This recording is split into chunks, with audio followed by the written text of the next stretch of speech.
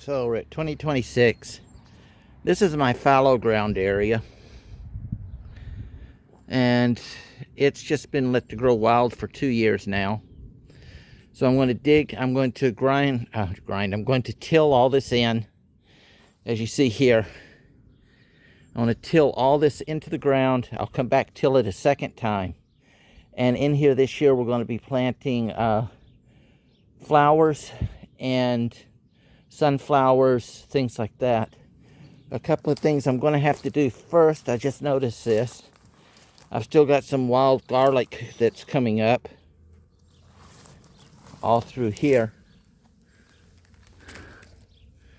So I'm going to have to dig that out first, because I do not want to till that under. I've still got some wild mint that's growing back around here. So I will just trim around that and leave it. Honeybees are going crazy. We're now into the first bloom. I don't know if you can hear them.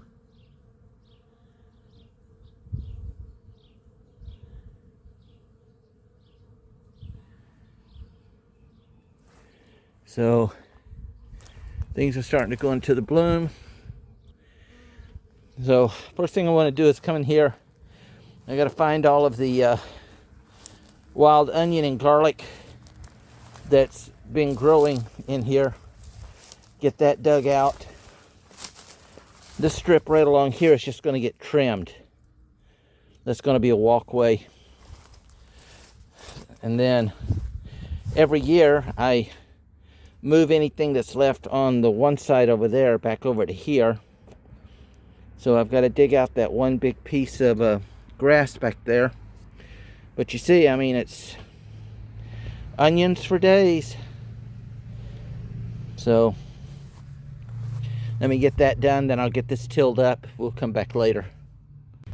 So the first thing I did was I brought my my battery powered lawnmower in. I put it on mulch mode and mulched everything.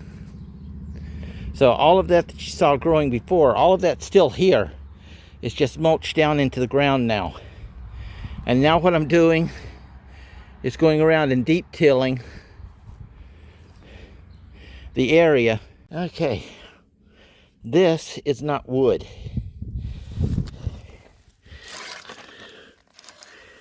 This is the stalks of the sunflowers that we grew last year. Some of them almost 3 meters, almost 9 feet long. Now I'm going to turn these into mulch and put it back into the garden just so I can till it back in. In here I'm going to have sunflowers, corn, okra, things of this sort. This area is done. I'm now going to do the same thing to this area over here and call it a day. And you'll notice it's been 24 hours since I watered last. It's been one of the hottest days in May for a couple of years now. But if you look,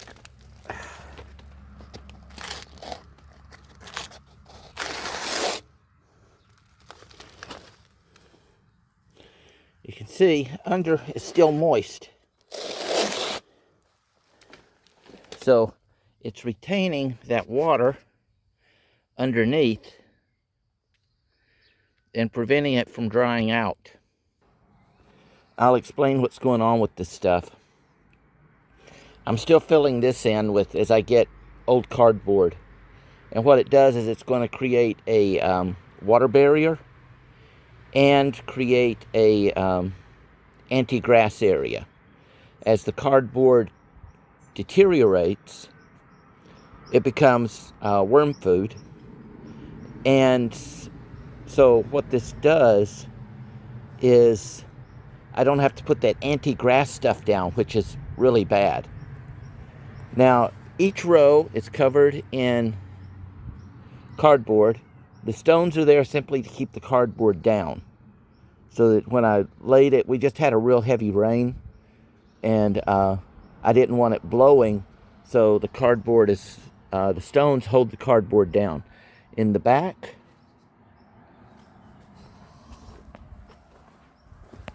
you see where all that, the wild onions and stuff was. I've cleaned all that out, that's there. And you can see this stuff is coming up. By having this here, that reduces my weeding by almost 50%.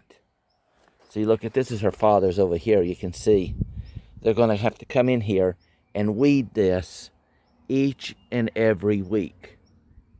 With this, I can come through and I can weed every 2 to 3 weeks, and I'm only weeding half of what I have to because this is covered. It's also holding in my moisture, and it's creating worm food. You'll notice here how my potatoes seem much more thicker growing up compared to his spotty stuff. Same ground. This was part of the ground that I tilled up, and he decided he wanted some of it because my plants had been growing so well. And so he got that section. They did it their way, and you can see there's maybe 60-70% of the plants have even come up, and they were planted at the same time. Okay, what I've done different here, one, this is holding water. The grate over here is holding water. So my plants are retaining more water. We've had one of the hottest months in like a generation, and everything has been just friggin' bone dry. I'm glad we're finally getting some rain. But I did two things. I'm running some experiments, and we'll cover the other part in a minute. But if you look down here, you'll see a little magnet. Now, this is galvanized steel. That one's a steel rod.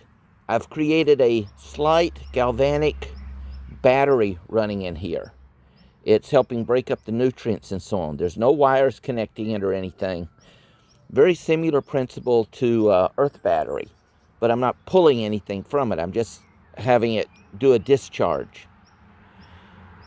And with the magnets facing, it causes a bigger root system. Since potatoes are a bigger root system, or mainly a root system, they're really thriving. You see, they're becoming bushier. That's one plant there compared to his plants here. So I know the magnet system is working. It's just I'm using the steel and the galvanized steel because the magnets will stick to it. I also tested this with the with sprouting. Works really well. Now let's go look at how it is not working. Oh, I got a sunflower growing back there. Wild sunflower. Okay, let's go have a look at over here. Again, there's my magnet potatoes. Boom. There's his potatoes. Sometimes this fringe science stuff actually works. However, I have found that it does not work with some other plants. So let's go have a look at those. This over here, this is my test bed. This is where I run tests of everything. And so I've got the same setup. You see the magnets there. The same setup, but I've got a different variety of plants growing in here. You'll notice, again, the potatoes are doing very well. The okra and the peppers are not doing squat. is having no effect on the okra and peppers. Actually, this area right here almost died out. I've got one pepper there, one pepper there. The rest of it just basically died out. But everywhere that there's a magnet near the potatoes, they're like going ape crazy. You can see the difference here.